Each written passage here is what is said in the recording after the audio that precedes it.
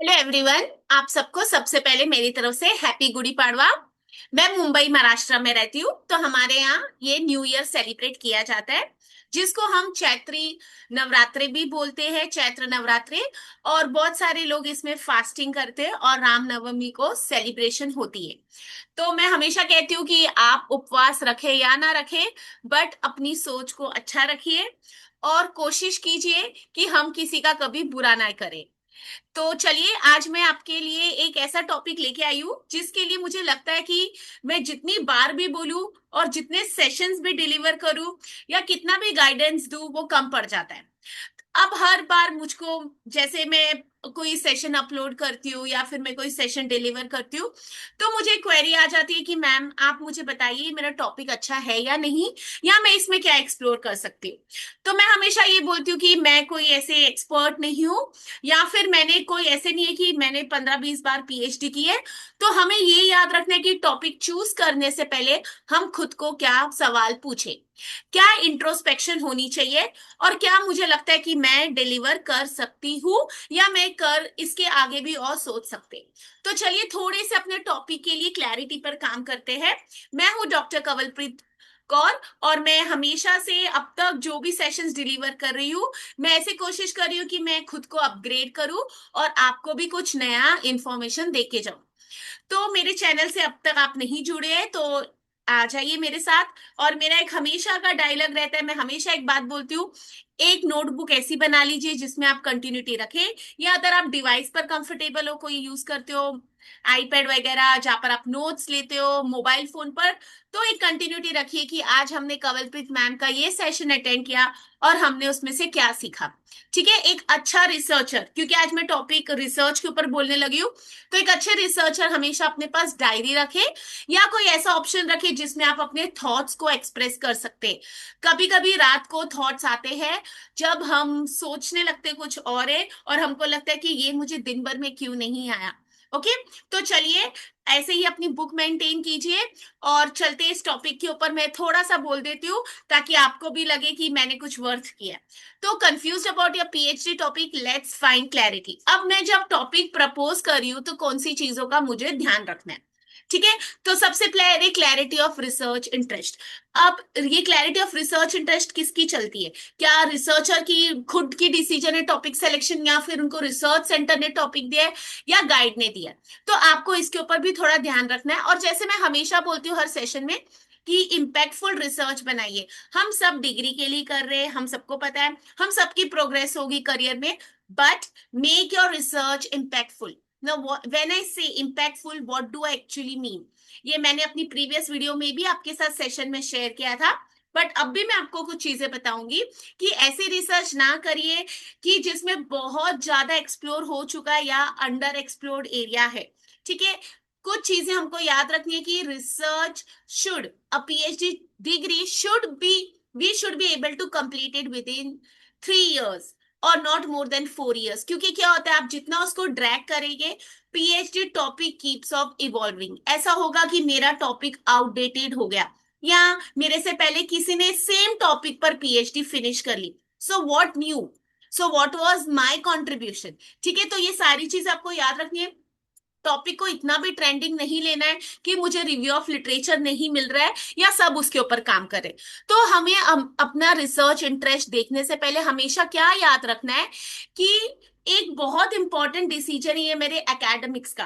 May be आज जैसे मैं अपनी बात करूँ तो मुझे बहुत अच्छा लगता है अगर कोई मुझे बोले ये मैडम हर बार बोलती है कि ये बीएसटी बस के ऊपर काम किए, बिकॉज मुझे ऐसा लगता है वो मेरी आइडेंटिटी है। मुझे बहुत अच्छा लगता है जब कोई मुझे बोलता है कि ये मैम नेट सेट को पढ़ाती है, क्योंकि मैंने आज उसके ऊपर एक 10 साल दिए, तो आई फील प्राउड। मेरी आइडेंटिटी मुझे लगती है कि कवलप्रीत नेट सेट बेस्ट है। बेस्ट मतलब मेरा बीएसटी बस के ऊपर मैं बोल रही हूँ। तो ये सारी चीजें मुझे बहुत खुशी देती है, मुझे अब बोलते वक्त भी बहुत प्राउड फील होता है। तो कभी भी याद रखिए, later in your life, even for your personal life और एकेडमिक लाइफ, आप उस टॉपिक के लिए ऐसे फील करें कि मैंने कुछ किया है। ठीक है, तो ये बहुत इंपॉर्टेंट टॉपिक होता है हमारे डिसीजन लाइफ का। तो गाइडेंस के लिए कभी भी अगर मैं बोलूँ तो मैं सबसे बोलती हूँ कि याद रखिए आप अपने टॉपिक से मैरिज करने वाले for at least 3 years, and select a topic that genuinely interest you. ठीक है, you should ask your self what problems excite मी। यहाँ पर प्रॉब्लम्स मैं ये नहीं बोल रही हूँ हमारी लाइफ की प्रॉब्लम्स, आप कौन सी रिसर्च प्रॉब्लम को एड्रेस करने वाले हो। So which problems, what problems excite me enough to work daily for years. हमको 3-4 साल उस टॉपिक के साथ रहना है, रोज रहना उसके साथ, तो क्या ऐसा टॉपिक जिससे मैं बोर हो जाऊं। You need to identify broad areas first and then narrow it down. I think about public transport in India, public transport in Mumbai. And when I talk about public transport in Mumbai, we all know a city like Mumbai thrives on public transport. And till date, local railway trains की बात करूँ या BST bus, वही हमारे पास option है। Metro of course है, but वो पब्लिक प्राइवेट पार्टनरशिप में।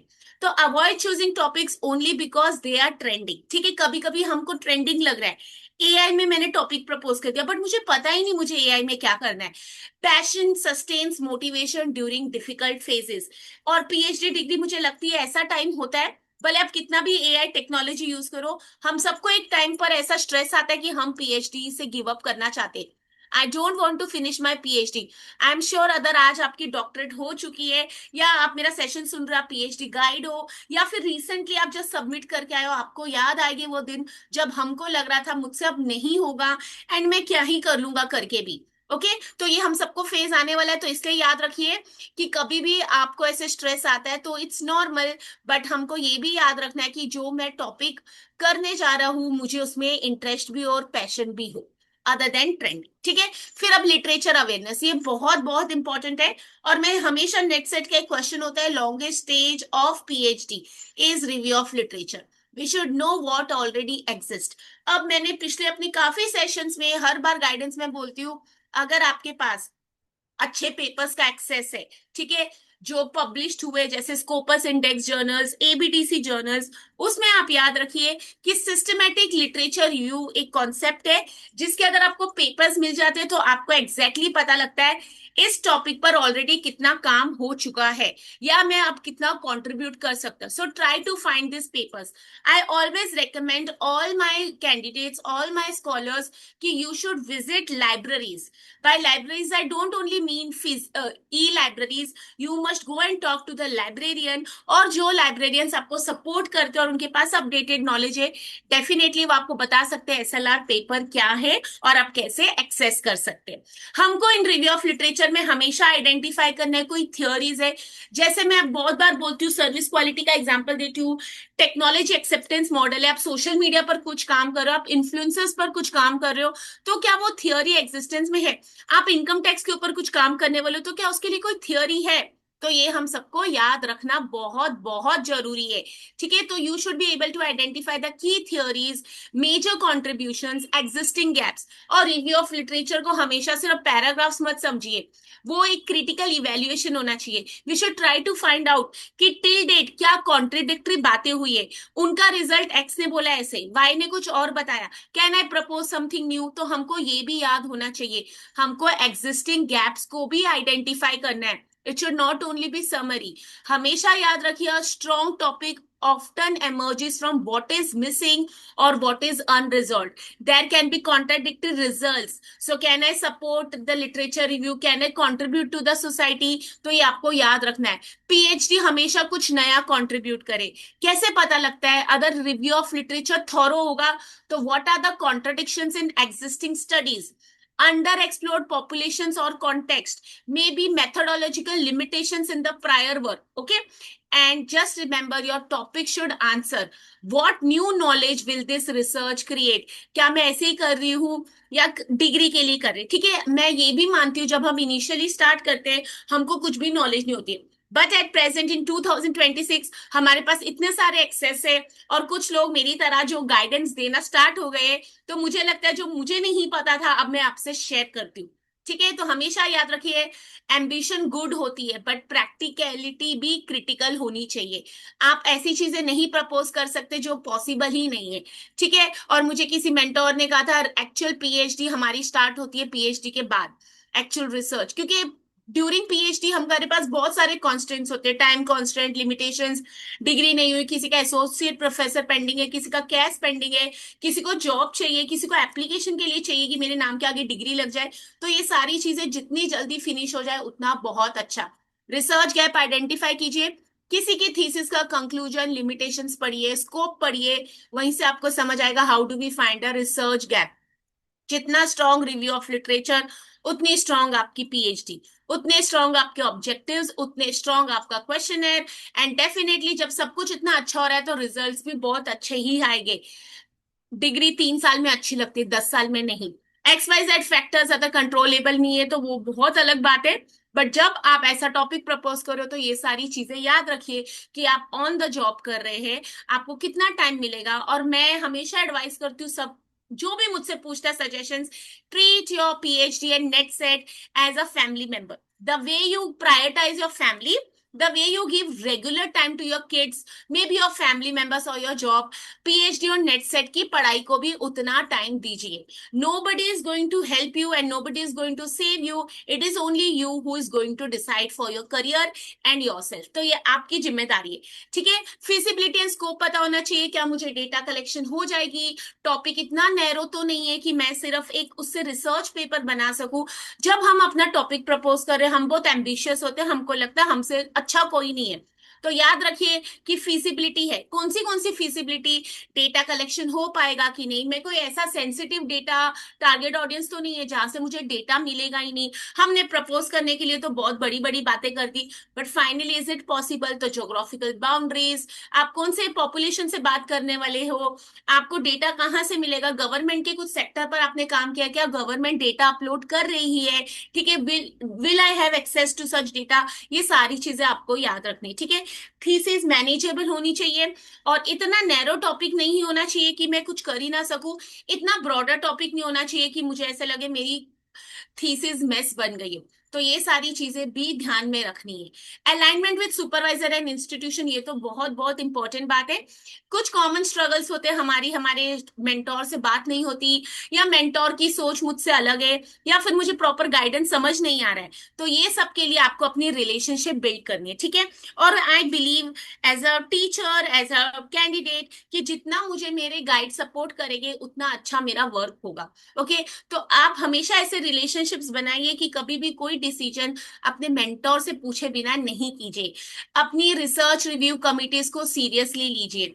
every 6 months there should be some progress। कभी कभी प्रोग्रेस पेपर पर नहीं दिखती, but you know you have moved ahead from objectives to questionnaire, तो वो आपके थॉट्स प्रोसेसेस में होना चाहिए, ठीक है। पीएचडी डिग्री बहुत आइसोलेशन हमको फील कराती है, अकेलापन लगता है, loneliness, and I strongly support, और मैं स्ट्रांगली हमेशा सबको बोलती हूँ कि कुछ सेक्रीफाइसेस जरूरी है। संडे सेक्रीफाइस कर सकते हैं पढ़ाई के लिए, आउटिंग सेक्रीफाइस कर सकते हैं, ठीक है, बर्थडे सेक्रीफाइस कर सकते हैं, बट डिग्री जितनी जल्दी फिनिश हो उतना अच्छा हमारा करियर बन रहा है, ठीक है। मेथोडोलॉजिकल साउंडनेस, अब ये बहुत इंपॉर्टेंट है। रिसर्च मेथोडोलॉजी में क्या क्या कवर होना चाहिए? Before you draft your research proposal, ask questions such as what will be the research design and why this research design, okay, how will I be targeting the audience, how will I be floating the questionnaire, based on what, so my objectives, title, hypothesis and the questionnaire should talk about the same thing, how I'll be decide about the research method, techniques, then which sampling method I'll be using, and suppose you need to answer this question। हमको ये बहुत बार पूछा जाता है कि why you have selected this method, okay, तो your justification should be ready। जितना ज्यादा आप क्लैरिटी रखोगे, जितना ज्यादा आप स्कोप नहीं रखोगे कोई क्वेश्चन पूछे, उतना आपका बेटर ओपन डिफेंस वाइवा भी जाता है। मैं आज प्रपोज कर रही हूँ थीसिस, आप पहली बार अगर मेरा सेशन सुन रहे हैं, may be you have not enrolled for PhD, may be you have not even thought about it, but याद रखिए ये चीजें बहुत इंपॉर्टेंट है सोचनी कि मैं कन्वीनियंस सैम्पलिंग साइज यूज की क्यों की, और अगर मैंने प्रोबेबिलिटी मेथड क्यों नहीं यूज किया। तो इसके लिए हमको पढ़ना भी जरूरी है। There are so many books available on research methodology, आप स्टडी कीजिए। मैंने प्रीवियस सेशंस में मेरी पूरी थीसिस मतलब पीएचडी के ऊपर प्ले लिस्ट है और रिसर्च सीखे, जिसमें मैंने ये सब कुछ एक्सप्लेन किया है, ठीक है। Research methodology heart and soul होता है, जितना आपको क्लैरिटी होगी, ठीक है। इंटरव्यू जाने से पहले सपोज आप टेक्सटाइल्स पर प्रपोज करें, तो कौन सा टेक्सटाइल्स पर आप प्रपोज करें, अनऑर्गेनाइज सेक्टर, ऑर्गेनाइज सेक्टर। अगर मैं आपको पूछूं क्या टेक्सटाइल इंडस्ट्री में कोई कैटेगरी है, कोई क्लासिफिकेशन है, क्या उसमें भी स्मॉल इंडस्ट्रीज है, लार्ज इंडस्ट्रीज है, ठीक है, आपको कैसे पता वो रजिस्टर्ड है कि नहीं, और आप कैसे किससे डेटा कलेक्शन करने चाहोगे, आपके टारगेट ऑडियंस क्या दो लोग हैं, क्या मैन्युफैक्चरर्स है, क्या कस्टमर्स भी है, तो how you will approach the companies. ठीक है, आप उनके लिए दो क्वेश्चनर बनाओगे, will it be feasible for you. आपको कैसे पता है काइस्क्रो टेस्ट सुटेबल है, parametric non parametric, initial stage में ये हमको नहीं पता होता है, बट अब इतने सोर्सेज है हमारे पास, इतना एआई का सपोर्ट है कि हम सबको ये पता हो सकता है। ओके, तो जस्ट एंश्योर दैट कि your thesis is methodologically sound. Originality और रेलेवेंस, अब ओरिजिनलिटी और रेलेवेंस में क्या फर्क होता है। हम सब बोलते हैं कि टॉपिक ऐसा हो जो कंट्रीब्यूट करे। मैं बार बार बोलती हूँ, कभी इन्वायरमेंट को कंट्रीब्यूट करो, कभी इंडस्ट्री को कंट्रीब्यूट करो, एकेडमिया को कंट्रीब्यूट करो, तो ये सब चीजें कैसे पता लगती है। ठीक है, तो हमको याद रखना है कि मुझे सबसे पहले, मैंने आपको बताया जैसे टॉपिक्स बहुत ब्रॉड नहीं होने चाहिए, रियलिस्टिक होने चाहिए, आपको पता होना चाहिए आपको कौन सी स्किल्स है। अब आप ट्राइबल एरियाज पर स्टडी प्रपोज कर रहे हो तो आप ट्राइबल एरियाज में विजिट कर पाओगे। आप कोंकण रेलवेज पर स्टडी प्रपोज करो तो how do you get access to those people who are travelling by Konkan. ठीक है, सब कुछ वो करवा देंगे, आउटसोर्सिंग हो जाएगी, नहीं होता ऐसे। ठीक है, तो आपको हमेशा ये याद रखना है कि हम कुछ मिसमैच यहाँ पर नहीं करें। कौन सा मेथोडोलॉजी, जैसे अभी मैंने मेथोडोलॉजिकल साउंडनेस में बोला, आप क्वांटिटेटिव मेथड यूज करेंगे, क्वालिटेटिव करेंगे, कौन से टूल टेक्निक्स, कौन सी थ्योरी यूज की, क्या एथिकल कंसिडरेशंस का हमने ध्यान रखा। ठीक है, और याद रखिए हमेशा एक टॉपिक इंटरेस्टिंग के साथ रिसर्चेबल भी होना चाहिए। कवलप्रीत को टॉपिक पसंद है, वो रिसर्चेबल है, ऐसे कोई गारंटी नहीं है। ठीक है, अब जब मैं रेलेवेंस की बात करूं और ओरिजिनलिटी, तो ओरिजिनल चीजें ऐड करती है न्यू नॉलेज, और रेलेवेंट होता है किसको रेलेवेंट है, इंडस्ट्री को, सोसाइटी को, एकेडमिक्स को, लिटरेचर को, तो ये सारी चीजें हमको याद रखनी है। So there should be a intersection of novelty and practical और थियोरटिकल इंपॉर्टेंस। अनफॉर्चुनेटली हमारी थीसिस में कुछ हिस्से मिसिंग होते हैं, हमको पता ही नहीं होता हम ऐसे भी कर सकते। ठीक है, इम्पैक्टफुल टुडे आज कैसी हो गई थीसिस, पीपल ऐसे भी, मतलब there are candidates who are proposing multidisciplinary, तो क्या वो अलाउ है, तो हम वो भी चेक कर सकते हैं। तो इंटरडिसिप्लिनरी पोटेंशियल है क्या, मैं एजुकेशन को साइकोलॉजी से कंबाइन करूं, मैं कॉमर्स को मैनेजमेंट से कंबाइन करूं, कॉमर्स को इकोनॉमिक्स से, तो इज दैट अलाउ। तो ये भी आप हमेशा अपनी सेंटर गाइडलाइंस देखिए और यूनिवर्सिटी क्या बोल रही है। जैसे अब मैं बोलूं आप लोग को, तो हम जब कर रहे होते पीएचडी तो हमको लगता है इजी वाला ही कर ले, बट जो सुटेबल है वो भी तो चाहिए। ठीक है, आप कंज्यूमर बिहेवियर, अगर मार्केटिंग कैंडिडेट हो, आप इकोनॉमिक्स और साइकोलॉजी के बिना कंज्यूमर बिहेवियर नहीं पढ़ सकते। तो आप कभी भी ये नहीं कह सकते कि मैं कॉमर्स में मार्केटिंग नहीं पढ़ी या मैंने साइकोलॉजी नहीं पढ़ी या economics, because it is very much part. ठीक है, आपके करियर को अलाइनमेंट हो। अब हम पीएचडी करियर के लिए तो कर रहे, थोड़ी ना पीएचडी करते साथ आप छोड़ दोगे जॉब। आप कॉर्पोरेट में जाओगे तो भी एक्सपीरियंस आपको चाहिए। ठीक है, तो आपको किससे अलाइन करना अपना पीएचडी को। ठीक है, कभी कभी think beyond the PhD, does the topic support your long term goals, academia, industry, policy making, ये सोचिए। आपका टॉपिक किसी का करियर भी शेप कर सकता है, आपका खुद का करियर शेप कर सकता है, and your topic can shape your future expertise and job opportunities. हो सकता है ना कि अब मैं इतना पब्लिक ट्रांसपोर्ट से मुझे इंटरेस्ट हो गया कि क्या पता कल मैं पब्लिक ट्रांसपोर्ट के एरिया में ही काम करना स्टार्ट कर दूं। ओके, और कभी कभी जैसे अभी मैं गाड़ी से जाती हूँ या फिर मैं ऑटो रिक्शाज लेती हूँ, तो मुझे लगता है कि क्या मैं पब्लिक ट्रांसपोर्ट से ही जाना चाहिए। तो ये क्या होता है ना, कभी कभी आपके इमोशंस भी जुड़ जाते हैं। ओके, तो हमेशा याद रखिए आप ऐसी रिसर्च प्रपोज करो जो आपकी आइडेंटिटी बने। फॉरेन में मैंने अक्सर देखा है कि लोग एक ही टॉपिक पर over a period of time research करते हैं, बट हम लोग क्या करते हैं, एक दिन एक टॉपिक पर रिसर्च करते हैं, अगले दिन वहां पर लोगों की आइडेंटिटी बन जाती है। मतलब आपको ऐसे मार्केटिंग गुरुज, ट्रांसपोर्टेशन में जो लोग काम कर रहे हैं वैसे लोग मिल जाएंगे जो कंटिन्यूअसली उस पर काम कर रहे हैं। फिर क्या होता है, एक बार हमारी एक्सपर्टीज बन जाती है। ठीक है, तो ये हमको सब याद रखना है कि हम ऐसे काम करें कि हमारी रिसर्च इंटरेस्टिंग भी बने, जिम्मेदार भी हम बने, और साथ में कुछ प्रोग्रेस भी करें अपनी और साथ में सोसाइटी की भी। Ethical and social considerations very important. Suppose lab experiment से एनिमल्स पर काम कर रहे हैं, डेड बॉडीज पर काम कर रहे हैं। ठीक है, सोसाइटी पर उसकी कुछ इंप्लीकेशन है, किसी से फोर्सफुली डेटा कलेक्ट करा रहे हैं।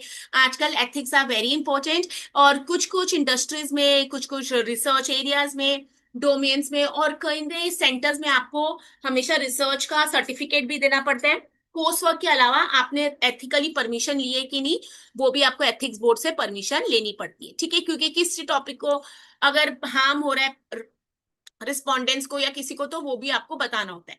A good PhD topic is not just solving a problem, it's about asking the right questions. इतना जरूर याद रखिए, आप जब भी लॉस्ट फील करें आप ये सोचिए कि क्या मेरी पीएचडी कोई प्रॉब्लम सॉल्व कर रही है और मैं क्या राइट क्वेश्चन पूछ रही हूँ। ठीक है, बहुत सारे चैलेंजेस हमको पीएचडी के ड्यूरिंग मिलेंगे, बट यस हमको याद रखना है कि मेरा टॉपिक में इंटरेस्ट है।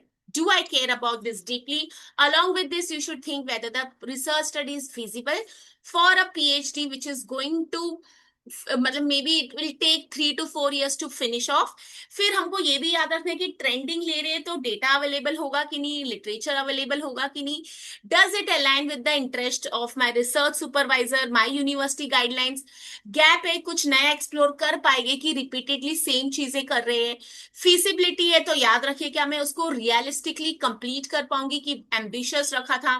मैं हमेशा कहती हूँ पीएचडी वो अच्छी है जो फिनिश हो जाए, वो नहीं कि जो चलती ही रहे। सपोर्ट है क्या, मुझे गाइडेंस है, रिसोर्सेज है, मैंने डेटा कलेक्शन करना है तो क्या टारगेट ऑडियंस इजीली अवेलेबल है, क्या अगर अब मैं टैक्सेशन पर कुछ काम कर रही हूँ वो लॉन्ग रन में काम आने वाला है कि वो टॉपिक आउटडेटेड हो जाएगा। ठीक है, अगर मेरी ऑडियंस होगी तो कौन होगी। ठीक है, ऐसा नहीं होना चाहिए ना मैंने कोई स्टार्टअप पर स्टडी प्रपोज की और वो बीच में ही स्टार्टअप बंद हो गया तो हमारी तो PhD tata bye bye. Impact उसका मैटर हो रहा है, यस होना चाहिए। जैसे मुझे लगता है कि मैंने तो अच्छा टॉपिक लिया था, आगे तो फिर जो होता है आप सबको पता है। ठीक है, अब कुछ चीजें जो कॉमन मिस्टेक्स टू अवॉइड, ये मुझे बहुत बार पूछा जाता है तो मैं हमेशा बोलती हूँ डोंट सेलेक्ट ब्रॉड टॉपिक्स। लोग इंडिया के ऊपर स्टडी प्रपोज करते हैं, वंडर हाउ। एंड पीएचडी हमेशा एक नैरो टॉपिक होना चाहिए। ठीक है, और इतना नैरो भी नहीं होना चाहिए कि बस एक रिसर्च पेपर निकल जाए। फॉलोइंग ट्रेंड्स ब्लाइंडली, जैसे एआई विदाउट क्लैरिटी, सब कर रहे हैं इसलिए हम कर रहे हैं, ऐसा भी नहीं होना चाहिए। मुझे पता होना चाहिए मैं उसमें से क्या contribution they. Ignoring literature of you, यहाँ से कॉपी किया वहां से कॉपी किया किसी और से लिखवा लिया, डायरेक्टली एआई के टूल्स लगा लिए, तो never ignore literature of review. Under estimating time and efforts, this is a biggest challenge and I understand. In city like Mumbai हम लोग हमेशा ही भाग रहे होते हैं। इनफैक्ट लोकल ट्रेन्स में भी हमको टाइम होता है तो हम पढ़ लेते हैं, अपना रिसर्च वर्क कर लेते हैं, लोग कंप्यूटर लैपटॉप्स लेके बैठे होते हैं। तो ये भी याद रखिए कि we have limited time on earth, limited time for PhD also, तो हम कितने ही एफर्ट्स कर लेंगे। ठीक है, or not discussing early with supervisor, this is the biggest problem. And sometimes later what happens is supervisors ask you to redo the work and none of us have the time and energy and we would like to do redo it. Okay, तो हमेशा अपने confidence लीजिए अपने mentors को, teachers को जो आपको support करते हैं, क्योंकि उनकी परमिशन के बिना कुछ नहीं होता। मैं हर सेशन में डिस्क्लेमर देती हूँ कि मैं बोल रही हूँ इसलिए मत कीजिए, आप अपने रिसर्च सुपरवाइजर और सेंटर गाइडलाइंस को फॉलो। ठीक है, ये मैं हमेशा बार बार बोलती हूँ। PhD topic is not for ever, it evolves. What matters most is start with a strong flexible idea. 5 साल पहले बहुत ट्रेंडिंग टॉपिक था, अब आउट ऑफ डेटेड है। पीएचडी को लग गए 7 साल, क्या ही फायदा हुआ, क्या ही फेस करूंगी मैं interview. Been open to refinement, somebody is giving you suggestions, accept it। Refinement होती है उससे। ठीक है, we all feel my topic is very good, मुझे तो सारी दुनिया की नॉलेज है, इनको ही नहीं आता होगा, but trust me people who are in the committees और those who are part of the panels, they have seen everything. ठीक है, उन्होंने तो रोज रिसर्च स्कॉलर्स को गाइड किया है।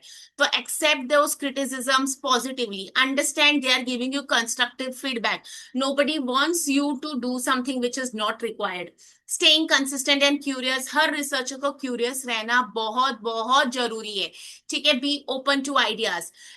एक बार रिसर्च स्टार्ट हो जाए तो आप बार बार ऑब्जेक्टिव्स और हाइपोथेसिस नहीं बदलिए, पहले आप फ्लेक्सिबल रह सकते हैं, बाद में नहीं। अब अगर मैं थोड़ी सी मोटिवेशन देना चाहूँ तो जो मुझे लगता है कभी कभी net set of PhD candidates में मिसिंग होती है, और मुझे ऐसा लगता है एक दिन क्वालिफिकेशन आ जाएगी, नेट सेट क्वालिफाई हो जाएगा और पीएचडी भी दिख जाएगी डिग्री के रूप में, बट हम जो उस प्रोसेस में अपने आप को तोड़ लेते हैं, हेल्थ को ध्यान नहीं देते, स्ट्रगल फेज लगता है, ऐसा लगता है कि पता ही नहीं सब लोग एंजॉय कर रहे हैं बस हम ही पढ़ रहे हैं। तो जस्ट रिमेंबर, कुछ चीजें आपकी पीएचडी को इजी बना सकती है, problem definition and research direction. जितना क्लैरिटी आपकी प्रॉब्लम डेफिनेशन में होगी, रिसर्च उतनी आपकी बढ़िया चलेगी। ठीक है, तो आपको ये क्लियर पता होना चाहिए कि स्टार्टिंग में ही मैंने नैरो डाउन किया टॉपिक, मैंने बहुत अच्छे से statement of problem, research questions बनाए एंड अवॉइडिंग ओवरली ब्रॉड और vague ideas because it is not going to help you. This phase often feels confusing because you don't know yet know what you don't know. ठीक है, ना पता होता है क्या कर रहे हैं, ना पता होता है। मैं रिपीट कर रही हूँ, this phase often feels confusing because you don't yet know what you don't know. ठीक है, और रिसर्च वैसी होती है कि करते करते ही सीखते हैं, और कोई भी ऐसे नहीं कह सकता कि मुझे पूरी रिसर्च आती है। and volume of academic work can be overwhelming at times. You need to read thousands of papers maybe, and sometimes वो थाउजेंड ऑफ पेपर्स पढ़ के मैंने सिर्फ 4 लाइनें लिखी, तो हमको लगता है कि मैंने टाइम कहाँ दिया और टाइम कहाँ चला गया. It is difficult to identify what's truly important. उसके लिए genuinely you have to sit and study. Fear of missing key studies. We don't have access to research papers. We don't have access to good papers, good database, and leads to analysis paralysis, जिसको मैं कहती हूँ you are reading a lot but not moving forward. ठीक है.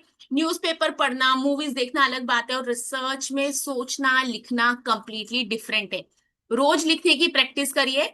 कुछ लोग आजकल audio पर बोलते और लिखते, तो that's completely okay, but just remember you should be able to put up your thoughts. ठीक है. लिटरेचर ओवरलोड लेता ही रहता है, बट फिर हमको क्वालिटी पर फोकस करना है.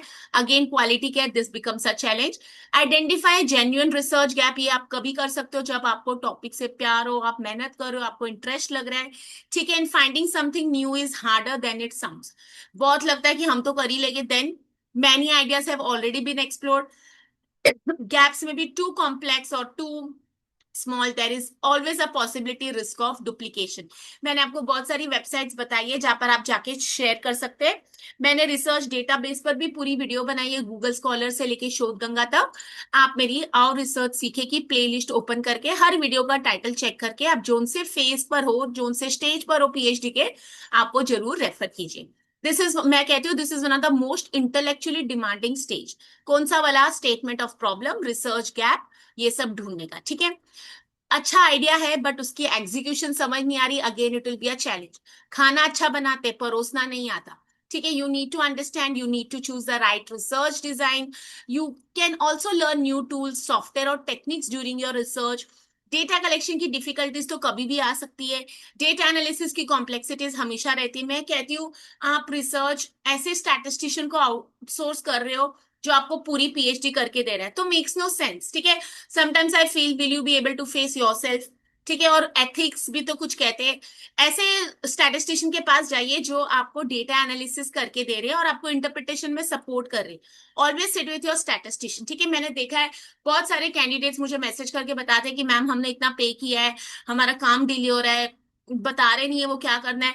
तो अब तो हम कुछ चीजें खुद ही सीख सकते हैं, और इतने सारे चैनल्स अवेलेबल है. आप मुझे पर्सनली जानते हो तो आप मुझे मैसेज कर सकते हैं. मैं आपके साथ ऐसे अच्छे चैनल्स शेयर कर सकती हूँ जो एक्चुअली आपको घर पर बैठे बैठे आप सीख सकते हो. ठीक है. Before you outsource, just remember that teachers should always stay honest, researcher should always be ethical. ठीक है. कुछ चीजें जो हमको लेगेसी में कंटिन्यू करनी है, और मैं चाहती हूँ कि हम ऐसी चीजों के लिए कभी दूसरों पर भरोसा ना रखें जो हम खुद काबिल हैं. ओके.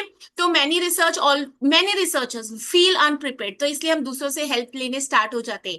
एंड मैं हमेशा बोलती हूँ अगर आप एक्नॉलेजमेंट में वो नहीं लिख सकते, क्या आप लिख सकते हैं मैंने अपनी थीसिस आउटसोर्स कराई थी, प्रोफेशनल राइटिंग सर्विसेज आपने हेल्प ली, आप एक बार लिख सकते हो. बट क्या आप लिख सकते हो कि मैंने की पूरी थीसिस आउटसोर्स की है, घोस्ट राइटिंग करवाई है. ओके. तो जस्ट रिमेंबर एथिक्स सबसे इंपॉर्टेंट होने चाहिए. पीएचडी को काफी डिसिप्लिन चाहिए, टाइम चाहिए, because there is no course structure. Okay. There is no fix structure, there is no syllabus, and it we find it so difficult to give it time. तो difficulty maintaining consistency. You need to balance research with your personal life, job. ठीक है. घर पर छोटे बच्चे just deliver हुए, या फिर ऐसी पॉसिबिलिटी कि आपको घर पर कोई सपोर्ट नहीं है, and nobody is least bothered about your studies, तो ये सब भी आपको खुद ही करना है. जस्ट रिमेंबर जितना डिले होगा उतना आपका स्ट्रेस बढ़ेगा. And we also are paying fees a good amount, तो वो भी तो हर साल बढ़ती जाएगी. रिसर्च अकेलापन लगता है, and we need to work for longer periods. कभी कभी आप केमिस्ट्री से हो, फिजिक्स से हो, आप मतलब आपको फील्ड विजिट करनी है, लैब्स में बैठना कंटिन्यूस, आपका एक्सपेरिमेंट नहीं हो रहा है, रिजल्ट्स नहीं आ रहे, आपको कोई डेटा सपोर्ट नहीं है. ठीक है. तो ये सारी चीजें होती है, एंड आपका कोई सुन रहा नहीं है कोई, क्योंकि कोई और आपके फ्रेंड्स है जो कॉर्पोरेट्स में काम करते, they are least interested in your PhD में भी. योर स्पाउस, आप बहुत इंटरेस्ट से उनके पास लेके जाते हो, बट उनको कोई इंटरेस्ट नहीं आपके टॉपिक में. There is no support. Lucky होते हैं वो लोग जिनको घर से सपोर्ट मिलता है. ठीक है. तो there is always a possibility of feeling disconnected, but just remember ये ऐसा फेज है जो एक दिन खत्म हो जाएगा, तो वहां पर गिव अप आपको नहीं करना है. इसलिए मैं कहती हूँ ऐसे एकेडमिक ग्रुप्स में रहिए जहां पर आपको सपोर्ट मिले, नेटवर्किंग मिले. अब मैं काफी ग्रुप्स में मैसेजेस पोस्ट करती हूँ तो मुझे ऐसे मैसेजेस आते हैं, मैडम हमको ऐसा लगता है कि हम पीएचडी कर रहे हैं क्योंकि आप रोज एक रिमाइंडर तो भेज ही देते हो।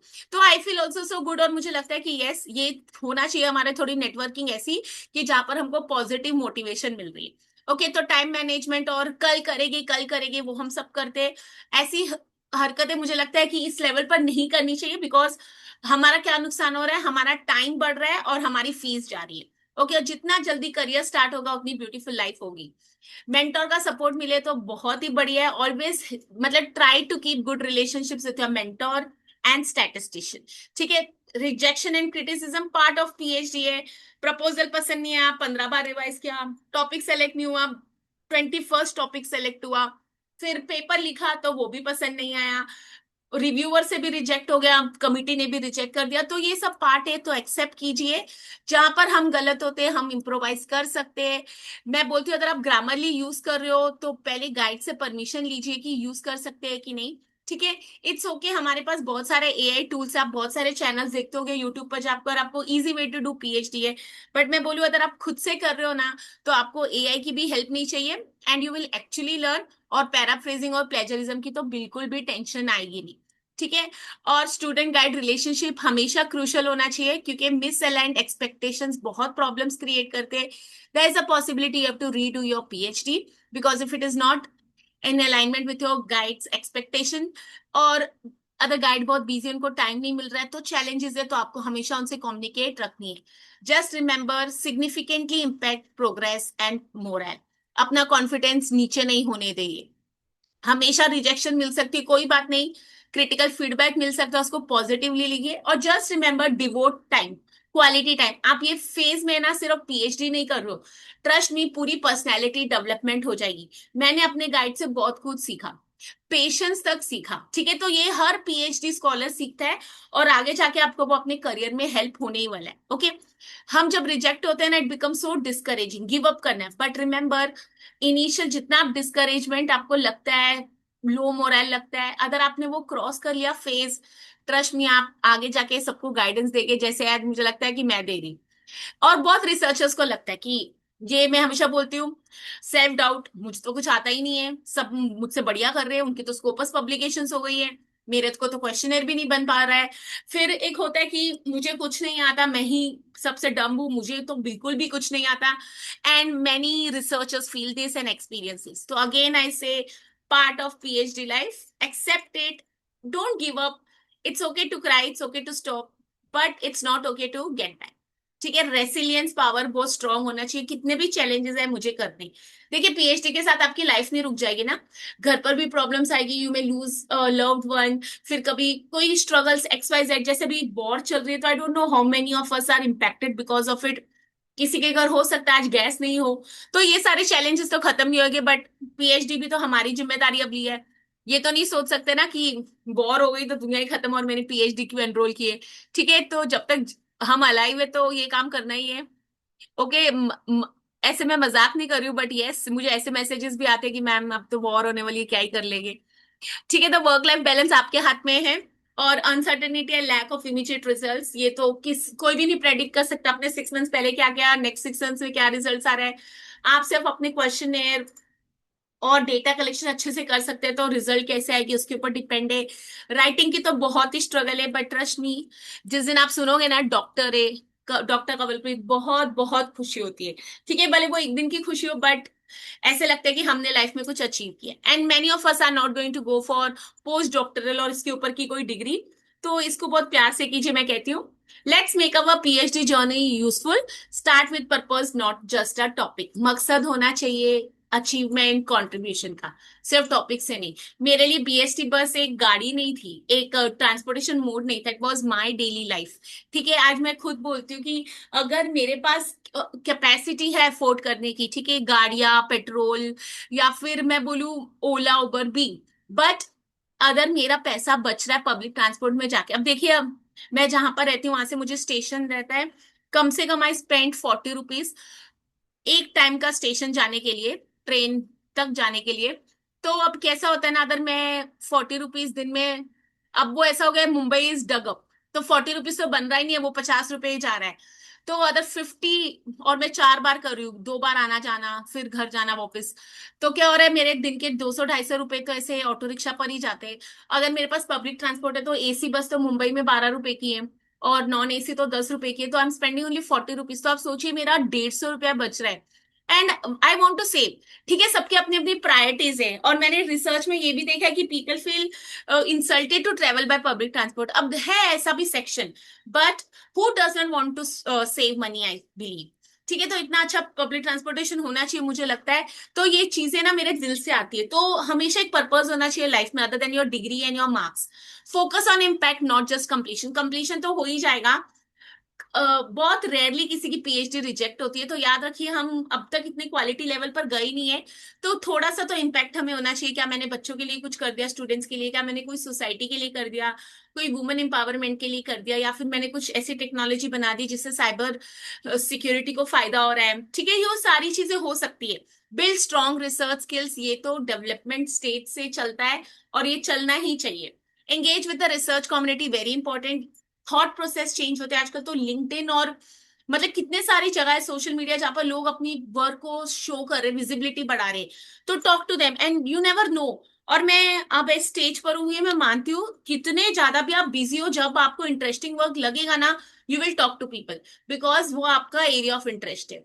ठीक है, पब्लिश स्ट्रेटेजिकली, ये हमको पता होना चाहिए। क्वालिटी रिसर्च पेपर्स, मैंने बार बार बोला है, एनआईआरएफ फोकस कर रही है कि लोग कुछ भी पेपर लिख रहे हैं और उससे पेपर्स रिट्रैक्ट हो रहे हैं। तो लेट्स अंडरस्टैंड दैट, साल में एक पेपर करे बट अच्छा करे। ठीक है, ऐसा नहीं है कि 5-6 पेपर्स कर दिया बस पब्लिश के लिए काउंट हो गया। ओके, सो स्ट्रेटेजिकली होना चाहिए। Which journals you are targeting, what topics you are working on. अब मैंने भी कितने सारे ऐसे जर्नल्स में पब्लिश कराया जहां पर मेरा पेपर से ही कोई कनेक्शन नहीं था, but that time I don't no choice. ठीक है, तो जब तक ये चीजें समझ आती है आप मेहनत कर सकते हैं। मेक योर वर्क एक्सेसिबल, जैसे लिंक्डइन या पर आपकी कोई रिसर्च कम्युनिटी, वहां पर आप बताइए, साइटेशन लीजिए। मैं हमेशा सबको बोलती हूँ, अगर आप मेरे साथ जुड़ रहे हो, आपने मेरे रिसर्च पेपर्स पढ़े, तो मुझे साइटेशन दीजिए। It is going to help me also. ठीक है, आपको मेरा वर्क पसंद आ रहा है, आप भी उसको यूज कीजिए, but give me due acknowledgement. Develop transferable skill, देखिए पीएचडी आपकी पूरी ट्रांसफॉर्मेशन है। कौन से स्किल्स हमारे डेवलप हो सकते हैं, ये हमको पता होना चाहिए। ठीक है, और रिसर्चर ग्रोथ है। मतलब मैं ये नहीं बोल रही कि आप पीएचडी से इतना डर जाते हो कि ये भी नहीं होता है, ये भी नहीं होता है। बहुत सारी चीजें हमारी होती है जिससे हमारी ग्रोथ पर्सनैलिटी होगी। हम टाइम मैनेजमेंट सीखेंगे, हम फीडबैक लेना सीखेंगे, हम बैलेंस सीखेंगे, लाइफ का कैसे बनाया। या फिर कभी कभी है ना, जैसे मेरी गाइड हमेशा एडवाइस करती थी, आप जब डेटा कलेक्शन करने जा रहे हो ना, तो हमको ईगो नहीं रखना चाहिए। बिकॉज एक्चुअली बस रिस्पॉन्डेंट्स थे जो, उनको कुछ नहीं मिल रहा था, मैं यहाँ तो सर्वे कर रही हूँ, मेरी तो डिग्री आ रही थी, वो तो अपने दिन का मुझे 7-8 मिनट दे रहे। And my questionnaire was lengthy, so people were not willing to fill the form. अगर वो भर के दे रहे तो मुझे बहुत मतलब थैंकफुल होना चाहिए, ग्रेटिट्यूड। बिकॉज आज मुंबई में किसके पास टाइम है कि आपका रुक के 10 मिनट फॉर्म भर के दे। I met such respondents who gave me quality time, 20-20 minute लगाए उन्होंने मेरे क्वेश्चनर के लिए। क्योंकि मैंने उनको रिक्वेस्ट की। So this is how we, personality development होती है, कम्युनिकेशन होती है। ठीक है, हमको ये याद रखना है कि हम ये सारी चीजें भी कर सकते हैं। आप अपने अलाइन कीजिए करियर गोल से। ठीक है, आपको आगे जाके क्या करना है। अभी जब हमको समझ नहीं थी तो पता नहीं था, अब हो सकता है आपको टीचिंग की वर्ल्ड में आना है। अभी आप पीएचडी करो तो आप टीचिंग में नहीं हो, क्या वो आपके गोल्स को अलाइन हो रहा है। ठीक है, मैं आज साइंस की स्टूडेंट नहीं हूं तो मैं कॉमर्स में ही पीएचडी करी, तो वही मेरा करियर गोल है। मेंटेन कंसिस्टेंसी ओवर परफेक्शन, मैं हमेशा बोलती हूँ, a completed PhD is 100 times better than a perfect PhD. And what is perfect? We don't know. हम अपनी तरफ से क्वालिटी दे, हम एक एक छोटी छोटी चीज देखते हैं, वो भी देखनी है। बट ऐसा ना हो कि मैं इतना परफेक्ट हो जाऊं कि मेरी पीएचडी कंप्लीट नहीं हो। Document and reflect your journey, this is very important. और मुझे लगता है कि मैंने भी ये सब किया था कि मेरे आगे जो फ्यूचर स्कॉलर्स आएंगे, I support them. And presently I am doing that. I am very, मतलब ग्रेटिट्यूड है मेरा वाहिगुरु जी को कि उन्होंने मुझे इस काबिल बनाया कि आज मैं किसी को गाइडेंस दे सकती हूँ। तो आप ये भी सोचिए कि आप कल जाके इसके ऊपर बुक्स लिख सकते हैं, आप सेशंस डिलीवर कर सकते हैं। ठीक है, and take care of your wellbeing, because मैं हमेशा बोलती हूँ कवलप्रीत को खुश रखना भी कवलप्रीत की ही जिम्मेदारी है। ठीक है, डॉक्टर टैग आएगा, नेट सेट क्वालिफिकेशन आएगी, जॉब चल रही है। और मैं उस दिन मैंने एक बहुत अच्छा मैसेज पढ़ा था, किसी ने मुझे भेजा था कि लाइफ एक दिन सडनली ऐसे ही स्टॉप हो जाएगी, हमारी लाइफ ऐसी अधूरी रह जाएगी, बहुत सारे सपने भी अधूरे रह जाएंगे, बहुत सारी चीजें हम अचीव करके जाएंगे। एंड लाइफ को पता नहीं होता है कब एंड होने वाली है, डेथ आने वाली है। तो जस्ट कीप योर सेल्फ इतना पॉजिटिव रखिए कि कल सडनली कुछ हो जाए तो एक ऐसा ना हो कि पीछे वाले लोग हमारे लिए कुछ बोलते रह जाए कि इसका ये भी नहीं हुआ था, ये भी नहीं हुआ था।